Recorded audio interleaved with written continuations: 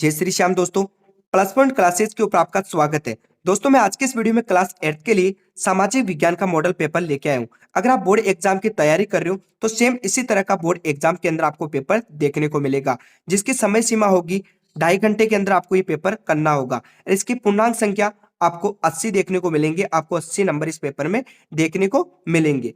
तो जल्दी से हम इस वीडियो को स्टार्ट कर लेते हैं। अगर आप 8वीं कक्षा के स्टूडेंट हैं और बोर्ड एग्जाम की तैयारी कर रहे हो तो इस वीडियो को आप एंड तक जरूर देखना, क्योंकि इस वीडियो के अंदर हम सामाजिक विज्ञान के बहुत ही महत्वपूर्ण प्रश्नों की चर्चा करने वाले हैं और उत्तर सहित हम इस वीडियो के अंदर जानने वाले हैं। तो इस वीडियो को आप जरूर एंड तक देखना। तो दोस्तों जल्दी से हम इस वीडियो को स्टार्ट कर लेते हो। तो खंड एक की बात करते हैं। इसके अंदर आपको 4 ऑप्शन देखने को मिलेंगे और इसमें से जो सही ऑप्शन है उसको आपको चूज करना है और आंसर के अंदर लिख देना है। नीचे दिए गए प्रश्नों में सही विकल्प का चयन करें और प्रश्न का आंसर दे। तो पहला प्रश्न हम देख लेते। इतिहासकारों ने अंग्रेजी शासन द्वारा तैयार रिकॉर्ड का प्रयोग किया। तो इसका जो सही आंसर हो जाएगा वो हो जाएगा ब, इतिहास के अध्ययन हेतु। तो इसका सही आंसर हो जाएगा इतिहास के अध्ययन हेतु। अब अगले प्रश्न की हम बात कर लेते हैं। हुड्डा सम्मेलन की अध्यक्षता की। जो हुड्डा सम्मेलन हुआ था वो मराठों के विपक्ष में हुआ था। तो जिसकी अध्यक्षता किसने की? महाराणा जगत सिंह द्वितीय ने। किसने की? महाराणा जगत सिंह द्वितीय ने। तो इसका सही विकल्प हो जाएगा ए, महाराणा जगत सिंह द्वितीय। ओके, इसके बाद हम अगले प्रश्न की बात कर लेते हैं। वर्ष 2011 के अनुसार भारत की जनसंख्या है। तो वर्ष 2011 के अनुसार भारत की जनसंख्या है 121 करोड़। तो इसका जो सही आंसर हो जाएगा वह आंसर हो जाएगा। इसके बाद दोस्तों हम अगले प्रश्न की बात कर लेते हैं। पर्यटन का अर्थ है, पर्यटन का अर्थ है घूमने जाना या भ्रमण हेतु जाना। तो इसका सही जो आंसर हो जाएगा वो द आंसर इसका सही आंसर हो जाएगा। इसके बाद दोस्तों हम अगले प्रश्न की बात कर लेते हैं। सामाजिक न्याय हेतु आवश्यक है। तो हम थोड़ा ऑप्शन के ऊपर ध्यान देंगे। कानून बनाना, हाँ ये भी आवश्यक है।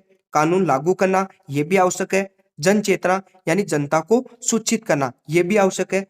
तो इसका द आंसर हो जाएगा उपरोक्त सभी। तो इसमें सभी आंसर आ जाएंगे। तो इसका जो सही आंसर है उपरोक्त सभी, सभी इसके लिए आवश्यक है। किसके लिए? सामाजिक न्याय हेतु। इसके बाद दोस्तों हम अगले प्रश्न की बात कर लेते हैं। बेटी बचाओ बेटी पढ़ाओ योजना का उद्देश्य है। तो पहला है कन्या भ्रूण हत्या को रोकना, दूसरा है महिला सशक्तिकरण, तीसरा है सार्वजनिक शौचालयों का निर्माण करना, बालिका शिक्षा को प्रोत्साहित करना। तो इसका सही जो आंसर हो जाएगा वो कन्या भ्रूण हत्या भी हो सकता है या बालिका शिक्षा को प्रोत्साहित करना भी हो सकता है। तो इसका सही जो आंसर होगा वो द होगा, बालिका शिक्षा को प्रोत्साहित करना। ओके, तो अगले प्रश्न की ओर चलते। दूसरा नंबर का प्रश्न क्या है? सही विकल्प को हमारे को सम्मिलित करना है, मिलाना है। तो इसके जो ऑप्शन आपको देखने को मिल रहेंगे उसको दूसरे ऑप्शन से आपको मिलाना है। तो सबसे पहले क्या आ जाएगा? भारत स्वतंत्र, भारत कब आजाद हुआ? तो इसका जो सही विकल्प होगा वो सी होगा, सन 1947 को भारत आजाद हुआ। इसके बाद दूसरा देखते, घुमत कृषि या जो घूम घूम कर कृषि की जाती है जिसे हम झूमिंग कृषि, स्थानांतर कृषि के नाम से भी जानते हैं। उसमें क्या होता है? पहले पेड़ों को काटा जाता है उसके बाद जलाया जाता है। तो जो इसका सही ऑप्शन हो जाएगा कौन सा? Option number A. इसके बाद हम देखते हैं प्राच्यवादी शिक्षा कौन सी थी? संस्कृत भाषा। तो इसका हम मिलान किससे कर देंगे? डी से। इसके बाद है बाल विवाह क्या है? कानूनी अपराध। तो इसका ऑप्शन ये हो जाएगा बी। इसके बाद दोस्तों हम अगले प्रश्न की ओर चलते हैं। हमारे को इस प्रश्न के अंदर क्या करना है? रिक्त स्थानों की पूर्ति करना है। तो तीसरा जो नंबर का प्रश्न है, संविधान के अनुसार सरकार के अंग, जो हम बात कर लेते हैं सरकार के अंग कौन कौन से होते हैं? विधायिका, कार्यपालिका, न्यायपालिका। तो इसमें जो विधायिका तो दे रखा है, तो पहले ऑप्शन में क्या आ जाएगा? कार्यपालिका, और दूसरे ऑप्शन में क्या आ जाएगा? न्यायपालिका। अर्थात पहले स्थान पर तो क्या आ जाएगा? यहाँ पर तो आ जाएगा कार्यपालिका और दूसरे खाली स्थान में आ जाएगा न्यायपालिका। इसके बाद चौथी प्रश्न की हम बात करते हैं। ग्राम पंचायत का प्रमुख, आप जानते हो जो आपकी ग्राम पंचायत है उसका प्रमुख कौन होता है? सरपंच। तो पहले खालिस्तान में आपको लिखना है सरपंच। ग्राम पंचायत कार्यकाल, तो ग्राम पंचायत का आपका कार्यकाल कितना होता है? 5 वर्ष का। ओके, इसके बाद दोस्तों हम आगे वाले क्वेश्चन की ओर चलते हैं। प्राकृतिक संसाधन खालिस्तान से प्राप्त होता है। जो प्राकृतिक संसाधन होता है वो हमारे को किससे प्राप्त होता है? प्रकृति से प्राप्त होता है। इसके बाद खालिस्तान प्राकृतिक संसाधन का उदाहरण है। जो कोयला, पेट्रोलियम, ये क्या है? प्राकृतिक संसाधन के उदाहरण है। तो यहाँ पर आप लिख सकते हो कोयला या पेट्रोलियम लिख सकते हो। ओके, इसके बाद छठवें प्रश्न की हम बात करते हैं। आदिवासी शब्द का अर्थ है जंगलों में रहने वाली जनजाति। या ऐसी जनजाति जो पुराने रीति रिवाज को मानती है, ऐसी जनजाति जो नई टेक्नोलॉजी या नई तकनीकी से परिचित नहीं है, कौन सी जनजाति कहलाती है? आदिवासी जनजाति। इसके बाद यह में निवास करती है, पर्वतों में या जंगलों में निवास करती है। अब दोस्तों अगले प्रश्न की बात करते हैं, प्रश्न नंबर 7 की। जनसंख्या वितरण को खालिस्तान एवं खालिस्तान कारण प्रभावित करते हैं। तो इन खालिस्तान में आपको कारण लिखने हैं कि जनसंख्या वितरण को कौन कौन से कारण प्रभावित करते हैं। तो आपको 2 कारण लिखना है, पहले में लिख देना स्वास्थ्य और दूसरे में लिख देना परिवहन। ओके, अब दोस्तों चलते हैं अगले प्रश्न की ओर, प्रश्न नंबर 8 की ओर। इसके अंदर आपको 2 प्रश्न देखने को मिलेंगे। तो पहला प्रश्न है, प्लासी का युद्ध किन किन के मध्य हुआ? तो जो प्लासी का युद्ध है वो 23 जून 1757 को हुआ था। किन किन के मध्य हुआ? ब्रिटिश इंडिया कंपनी और बंगाल के नवाब सिराजू दौला के बीच में हुआ। तो उम्मीद करता हूं आपको समझ में आ गया होगा। इसके बाद अगले प्रश्न की ओर हम चलते हैं। अगला प्रश्न है, 19वीं सदी से पूर्व, पूर्व का मतलब होता है पहले, 19वीं सदी से पहले आदिवासी समूह में प्रचलित आर्थिक गतिविधियां कौन कौन सी थी? तो इसका आंसर हो जाएगा 19वीं सदी से पूर्व आदिवासी समूह में प्रचलित गतिविधियां निम्न है। तो इसकी पहली गतिविधियां हो जाएगी जूमिंग कृषि, इसे हम स्थानांतरण कृषि भी बोलते हैं। 19वीं सदी से पहले आदिवासी लोग जूमिंग कृषि के ऊपर निर्भर थे, अर्थात ये लोग किसी क्षेत्र में चले जाते थे, जंगलों को काटते थे, फिर उनको जलाते थे, फिर उनकी राख को बिछाकर उनके ऊपर कृषि करते थे। तो इसे हम बोलते हैं जूमिंग कृषि, स्थानांतरण कृषि। इसके बाद दोस्तों दूसरी गतिविधि की हम बात कर लेते हैं। तो 19वीं सदी से पहले जो आदिवासी लोग थे वो पूर्णतः शिकार के ऊपर निर्भर थे। 19वीं सदी में आदिवासी लोग स्थानांतरण कृषि के साथ साथ क्या करते थे? अपने भोजन के लिए जानवरों का शिकार किया करते थे। उम्मीद करता हूं आपको समझ में आ गया होगा। इसके बाद में अगले प्रश्न की ओर चलता हूं। 9 नंबर का प्रश्न, पाश्चात्यवादी शिक्षा के समर्थक विद्वानों के नाम बताइए। तो पाश्चात्यवादी शिक्षा के समर्थक विद्वान निम्नलिखित है। कौन कौन से थे? स्वामी विवेकानंद, डॉक्टर सर्वपल्ली राधाकृष्णन, डॉक्टर सदाशिव लद, श्री अरविंद घोष, और इसके बाद में है डॉक्टर अंबेडकर, लला लाजपत राय।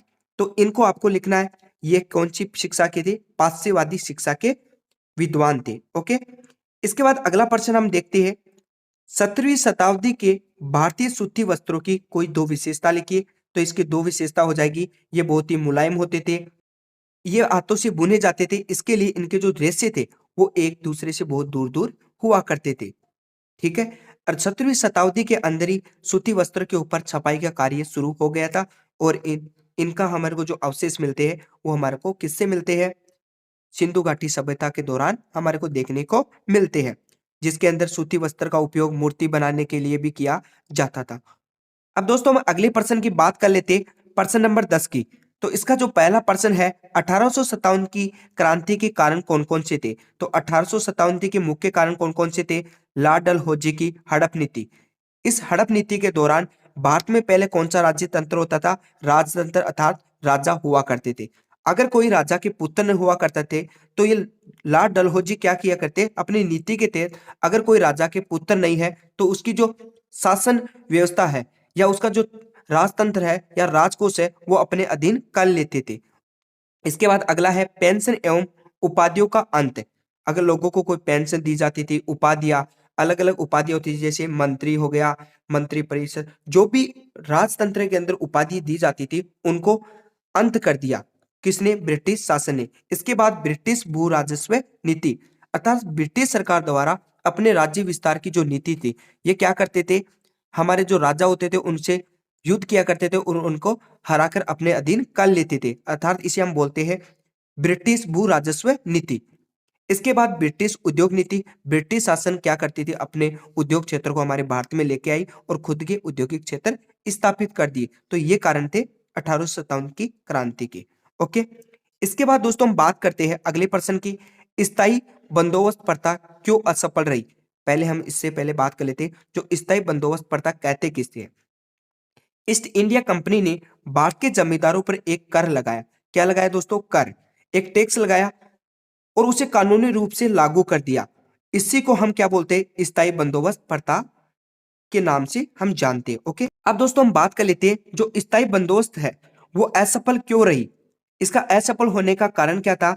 दोस्तों ये कर तो ले रही थी जमींदारों और उद्योगपतियों से, परंतु इसके जो एजेंट थे, इसके जो व्यक्ति थे, उनका खर्चा बहुत ज्यादा हो रहा था, जिसके कारण आर्थिक संकट का इन्हें सामना करना पड़ा, जिसके कारण स्थायी बंदोबस्त असफल हुआ। ओके, अब दोस्तों अगला प्रश्न है प्रश्न नंबर 11, गैर परंपरागत ऊर्जा स्रोत क्यों महत्वपूर्ण है और कोई दो गैर परंपरागत ऊर्जा के उदाहरण दीजिए।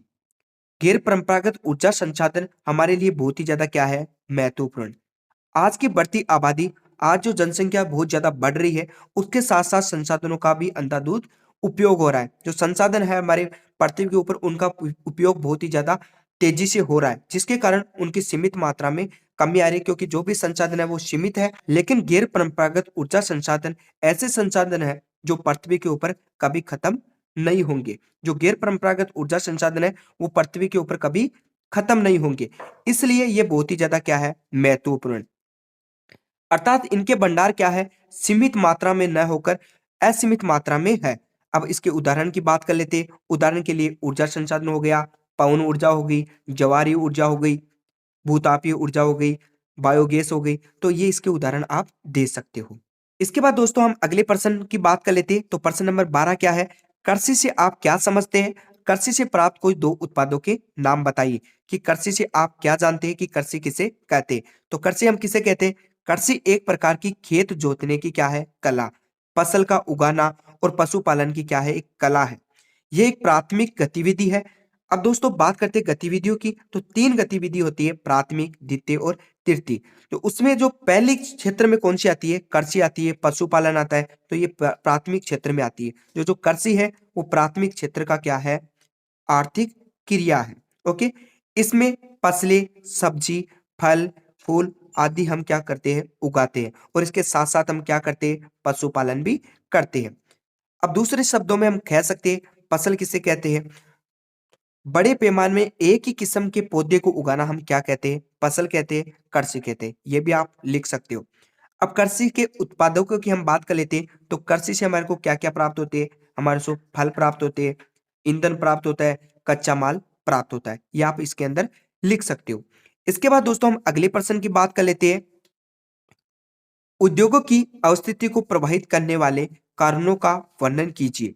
जो उद्योगों की अवस्थिति यानी विस्तार के को प्रभावित कौन कौन से कारण करते हैं, उनकी हमारे को क्या करना है, वर्णन करना है।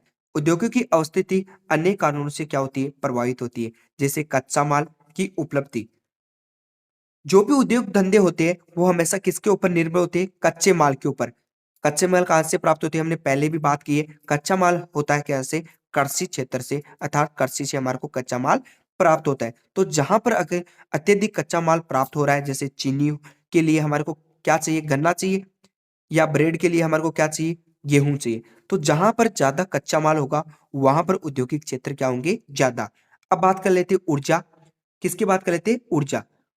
उद्योगों के अंदर कई मशीनें चलती है, तो उनके लिए हमारे को क्या चाहिए, ऊर्जा चाहिए, कह सकते हैं विद्युत ऊर्जा, या हम कह सकते हैं विद्युत। तो उद्योगों में बहुत सारी मशीनें होती है, उनको चलाने के लिए हमारे को बिजली या ऊर्जा की आवश्यकता होती है। तो जहां पर ज्यादा बिजली प्राप्त होती है वहां पर औद्योगिक क्षेत्र ज्यादा खोले जाते हैं। इसके बाद हो गया बाजार। अब हमने उद्योगों के अंदर वस्तु तो बना ली, परंतु उनको बेचने के लिए क्या होना चाहिए, बाजार होना चाहिए, मार्केट होना चाहिए। तो जहां पर ज्यादा मार्केट होगा, अर्थात नगरीय क्षेत्र में ज्यादा मार्केट होते हैं, तो वहां पर औद्योगिक क्षेत्र ज्यादा होते हैं। इसके बाद पूंजी, पूंजी का मतलब होता है धन। अगर उद्योगों को चलाने के लिए, मशीनें खरीदने के लिए या उद्योगों को स्थापित करने के लिए हमारे को जगह चाहिए, तो उसके लिए अत्यधिक पूंजी की आवश्यकता होती है। अब बात कर लेते हैं परिवहन की। तो परिवहन सामान को ले जाने के लिए, खेतों से कच्चा माल लाने के लिए, या फिर उद्योगों से किसी माल को बाजारों तक पहुंचाने के लिए हमारे को किसकी जरूरत होती है, परिवहन की, साधनों की जरूरत होती है। तो इसके अंदर जहां पर ज्यादा परिवहन साधन उपलब्ध होंगे वहां पर उद्योग ज्यादा खोले जाएंगे। इसके बाद दोस्तों हम बात करते हैं श्रमिक की, अर्थात मजदूरों की। तो जिस क्षेत्र में ज्यादा मजदूर प्राप्त होंगे वहां पर औद्योगिक क्षेत्र ज्यादा होगा। आई होप आपको इतना समझ में आ गया होगा। अब दोस्तों अगले प्रश्न की हम बात करते हैं। तो अगला प्रश्न है, सरकार द्वारा संचालित कोई दो कृषि योजनाओं के नाम लिखिए। अर्थात सरकार द्वारा कृषि को बढ़ावा देने के लिए कौन कौन सी योजना है, उनमें से आपको दो कृषि योजनाओं के नाम लिखना है। तो पहली हो गई कृषक कल्याण कोष। तो पहली कौन सी होगी, कृषक कल्याण कोष। इसके बाद दूसरी योजना है प्रधानमंत्री फसल बीमा योजना। तो यह आपको दो योजनाओं के नाम लिखने। इसके बाद दोस्तों हम अगले प्रश्न की बात करते हैं। अगला प्रश्न है, राजस्थान के प्रमुख वृहद यानी बड़े उद्योगों के उदाहरण दीजिए। कि राजस्थान में कौन कौन से बड़े उद्योग है उनके आपको नाम लिखना है। तो पहला कौन सा हो गया, सीमेंट उद्योग, दूसरा हो गया सूती वस्त्र उद्योग, तीसरा हो गया चीनी मिले, या चौथा हम लिख सकते हैं नमक उद्योग, और पांचवा हो गया कांच उद्योग, और इसके बाद में छठवा हो गया वनस्पति घी उद्योग। जो वनस्पतियों से हमारे को घी प्राप्त होता है वो हो गया छठवा। तो आप लिख सकते हो 5-7 आपको लिखने। इसके बाद दोस्तों हम अगले प्रश्न की बात कर लेते हैं। तो अगला प्रश्न है, राजस्थान की दुर्गों की सुरक्षा हेतु क्या प्रबंधन किए जाते थे। तो दोस्तों पहला हो गया गिरी दुर्ग, अर्थात पर्वतों के ऊपर दुर्ग बनाए जाते थे। तो राजस्थान की जो अधिकांश दुर्ग है वो हमारे को पर्वतों के ऊपर देखने को मिलेंगे। ये क्यों बनाए जाते थे पर्वतों के ऊपर, क्योंकि जो दुश्मन थे वो अचानक से आकर हमला ना कर सके, पर्वत की ऊंचाई होने के कारण उसको थोड़ा टाइम लगे, जिसके कारण दुर्ग की क्या हो सके, सुरक्षा हो सके। इसके अलावा मरुस्थलीय क्षेत्र में, क्योंकि मरुस्थलीय क्षेत्र में जो घोड़े हैं या सेना है उनको आने में बहुत ज्यादा कठिनाइयों का सामना करना पड़ता है। इसके अलावा जलीय स्रोत के पास में, गहरे जलीय स्रोत के पास में दुर्ग बनाए जाते थे, क्योंकि जो जलीय क्षेत्र है उनको पार करके सेना आए तो उनको बहुत ज्यादा कठिनाई हुई, जिससे दुर्ग की सुरक्षा बनी रही। इसके बाद दोस्तों हम बात कर लेते हैं अगले पॉइंट की, परकोटा या दीवार। जो भी दुर्ग है उनके, जो बड़े दुर्ग है उनके चारों ओर परकोटा या दीवार बनाई जाती थी, मोटी दीवार बनाई जाती थी, जिससे दुश्मन जो भी आते थे इन दीवारों को तोड़कर फिर दुर्ग के अंदर प्रवेश करते थे। अब दोस्तों अगली प्रश्न की हम बात कर लेते हैं, पश्चिमी राजस्थान में जनसंख्या घनत्व है पूर्वी राजस्थान की अपेक्षा कम क्यों है। तो अब दोस्तों हम जानते हैं भारत के पश्चिम में क्या है, मरुस्थलीय क्षेत्र। जो ये भारत का पश्चिमी क्षेत्र है इसमें क्या है, मरुस्थलीय क्षेत्र, अर्थात यहाँ पर पानी की बहुत ज्यादा कमी है, वर्षा बहुत कम होती है। यहाँ की जो वनस्पति है वो शुष्क है, अर्थात इसमें पानी की मात्रा बहुत कम है, आर्द्रहीन है। परंतु जो पूर्वी क्षेत्र है वो क्या है, मैदानी क्षेत्र। जो पूर्वी क्षेत्र है वो क्या है, ये मैदानी क्षेत्र है। तो यहाँ पर जल की मात्रा अधिक है। तो आप जानते हो अगर कोई जनसंख्या या लोग निवास करेंगे उसी क्षेत्र पर रहना पसंद करेंगे जहां पर क्या हो, पानी हो, वहां की मिट्टी क्या हो, उपजाऊ हो, अर्थात वो कृषि कर सके, वहां पर वर्षा हो, तो इसी क्षेत्र में ज्यादा रहना पसंद करेंगे। तो हम कह सकते हैं पश्चिमी राजस्थान में क्या है, मरुस्थल है, जिसके कारण यहाँ की वनस्पति क्या है, शुष्क है। यहाँ पर मिट्टी कैसी है, आर्द्रताहीन। यहाँ पर जो मिट्टी है वो क्या है, रेगिस्तानी मिट्टी है और कम उपजाऊ है। परंतु जो पूर्वी राजस्थान की मिट्टी है वो बहुत ज्यादा उपजाऊ है, अर्थात यहाँ पर कृषि कार्य बहुत ज्यादा होता है। परंतु पश्चिमी राजस्थान में कृषि नहीं होती है, क्योंकि यहाँ पर पानी का अभाव है। इस कारण ही पश्चिमी राजस्थान में लोग कम रहना पसंद करते हैं। इसी कारण क्या है, पश्चिमी राजस्थान का जनसंख्या घनत्व पूर्वी की अपेक्षा क्या है, कम है। आई होप आपको समझ में आ गया होगा। अब दोस्तों अगले प्रश्न की हम बात करते हैं। अगला नंबर है 16 नंबर का प्रश्न, धर्मनिरपेक्षता से आप क्या समझते हैं। तो धर्मनिरपेक्षता का अर्थ है सभी धर्मों को सम्मान दर्जा। हमारा भारत देश में बहुत अनेक अनेक धर्म के लोग रहते हैं, अलग अलग धर्म के क्या रहते हैं, लोग रहते हैं। परंतु संविधान के अनुसार सभी धर्म के लोगों को सम्मान दर्जा दिया गया है, अर्थात जो किसी भी धर्म का हो, चाहे वो मुस्लिम हो, हिंदू हो, सिख हो, ईसाई हो, उन सभी को क्या है, सम्मान अधिकार है। वो अपने धर्म की प्रचार प्रसार कर सकते, अपने धर्म के बारे में किसी को भी बता सकते। या कोई धर्म का व्यक्ति, मान लीजिए कोई मुस्लिम धर्म का व्यक्ति है, वो हिंदू में जाना चाहता है तो वो जा सकता है बिना किसी रोक टोक के। अब दोस्तों आपका अगला प्रश्न है, स्वतंत्र न्यायपालिका से क्या तात्पर्य है। स्वतंत्र न्यायपालिका से तात्पर्य है कि जो न्यायपालिका है वो किसी दूसरे अंग, सरकार के किसी दूसरे अंग, अर्थात कौन कौन से अंग, विधायिका या कार्यपालिका के अधीन ना होकर कार्य करना। ये अपना जो निर्णय है वो स्वयं अपने आप लेती है, खुद से लेती है, किसी के दबाव में ना होकर लेती है। जो न्यायपालिका है वो किसी दूसरे अंग से दबाव में ना आकर अपना स्वयं का निर्णय लेना, इसे हम क्या बोलते हैं, स्वतंत्र न्यायपालिका। ठीक है, इसके सरकार का कोई भी गुट या कोई भी समूह दबाव नहीं डाल सकता किसके ऊपर, न्यायपालिका के अंदर। ये खुद स्वतंत्र रूप से अपना निर्णय लेती है, इसे हम क्या बोलते हैं, स्वतंत्र न्यायपालिका। ठीक है दोस्तों। इसके बाद दोस्तों हम 17वें नंबर के प्रश्न की बात करते हैं, सरकार किस प्रकार से सामाजिक न्याय को प्रोत्साहित देती है। कोई दो उदाहरण दीजिए। सामाजिक न्याय को प्रोत्साहित देने के लिए राज्य, जो राज्य सरकार है और केंद्र सरकार जनजातीय आबादी वाले क्षेत्र में, और जनरल यानी सामान्य हमारे जैसे लोगों के लिए अलग अलग प्रकार की क्या लेकर आती है, योजनाएं लेकर आती है। उदाहरण के लिए हम देख सकते हैं शिक्षा नीति, स्वास्थ्य नीति और आर्थिक नीतियां लेकर आती है। जैसे किसी का स्वास्थ्य ठीक नहीं है, आबादी वाले क्षेत्र में किसी का स्वास्थ्य ठीक नहीं है, तो बचपन से ही हमारे के लिए टीकाकरण या सरकारी हॉस्पिटल की व्यवस्था करवाती है। शिक्षा के लिए सरकारी स्कूलें ओपन करवाती है। तो ये क्या है, सामाजिक न्याय को प्रोत्साहित करने के तरीके हैं सरकार को। इसके बाद दोस्तों अगला प्रश्न है, सरकार द्वारा नागरिकों को दी जाने वाली कोई दो जन सुविधाएं बताइए। तो इसके उत्तर हो जाएगा दोस्तों शिक्षा, भोजन, स्वास्थ्य, बिजली, स्वच्छता, सुरक्षित पेयजल, आश्रय, सुरक्षा आदि जैसी बुनियादी सुविधा सरकार द्वारा दी जाती है। तो इनमें से आपको दो ही केवल लिखना है। जैसे स्वास्थ्य, अब स्वास्थ्य के अंदर आपको लिख देना है सरकार हमारे लिए सरकारी हॉस्पिटल उपलब्ध कराती है, निजी सेवा उपलब्ध करवाती है, ठीक है। इसके बाद में हो गया स्वच्छता, सरकार हमारे गांवों को या नगरों को या शहरों को स्वस्थ करने के लिए सरकार द्वारा क्या कराती है, सफाई योजना करवाती है। दोस्तों अगला प्रश्न है प्रश्न नंबर 18। इसका पहला प्रश्न हम देखते हैं, अलोकप्रिय कानून के संदर्भ में जनता सरकार पर किस तरह से दबाव बना सकती है। अलोकप्रिय का मतलब होता है जो जनता के हित में ना हो, जिसे जनता पसंद ना करती हो, जो जनता के हित में न हो अर्थात जनता को नुकसान पहुंचाता हो।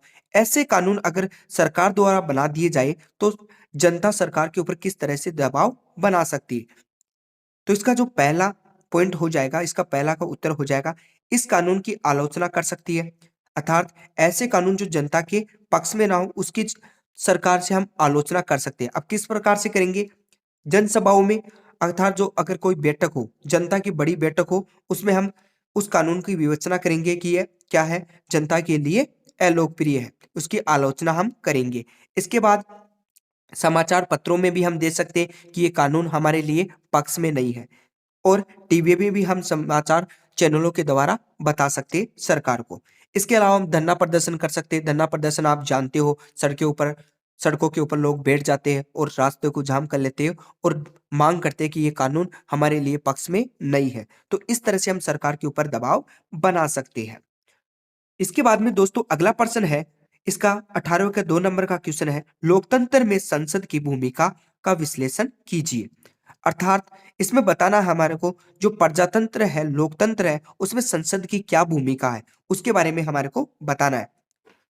तो दोस्तों आप जानते हो जो संसद है वो लोकतंत्र का अहम भूमिका निभाता है, या हम कह सकते हैं कि लोकतंत्र का संसद क्या है, आत्मा। इसे हम आत्मा कह सकते हैं क्योंकि संसद के अंदर ही कानून बनते हैं, संसद के अंदर ही कानून लागू होते हैं और इन्हीं के अंदर हमारे को न्याय की व्यवस्था सुनाते हैं।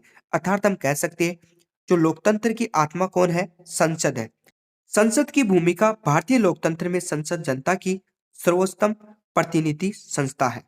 इसी माध्यम से आम लोग संप्रभुता यानी खुद की शक्ति को अभिव्यक्ति यानी बतलाते हैं, ठीक है। संसद ही इस बात का प्रमाण है कि हमारी राजनीतिक व्यवस्था में जनता सबसे क्या है, ऊपर है।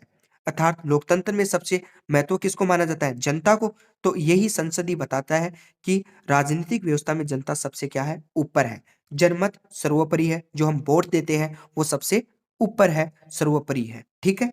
आई होप आपको समझ में आ गया होगा। इसके बाद दोस्तों हमारा 19 नंबर का क्वेश्चन है, राजस्थान के मानचित्र में निम्न जिलों को भरी। तो यहाँ पर आपको बनना है कोटा, डूंगरपुर और सीकर। तो यहाँ देख सकते हो कोटा कहाँ है दोस्तों, ये रहा, ये क्या है, कोटा। इसके बाद हम डूंगरपुर, डूंगरपुर नीचे नीचे आ गया और ये आ गया सीकर। तो आप भर सकते हो, आपको सभी जिलों को देखकर जाना है कि कौन सा जिला किस जगह पे है, ओके। अब दोस्तों चलते हैं अगले प्रश्न की ओर। अगला प्रश्न है, 1857 की क्रांति असफल होने के कारण बताइए या उनका वर्णन कीजिए। हमारे को कारणों का क्या करना है, जो 1857 की क्रांति हुई वो असफल क्यों हुई, उनके कारणों का वर्णन करना है। तो पहला कारण था क्रांति का देशव्यापी प्रसार न होना। जो क्रांति थी, जो 1857 की क्रांति हुई, उसका पूरे देश के अंदर क्या नहीं हुआ, प्रचार प्रसार नहीं हुआ, जिसके कारण ये असफल का कारण बनी।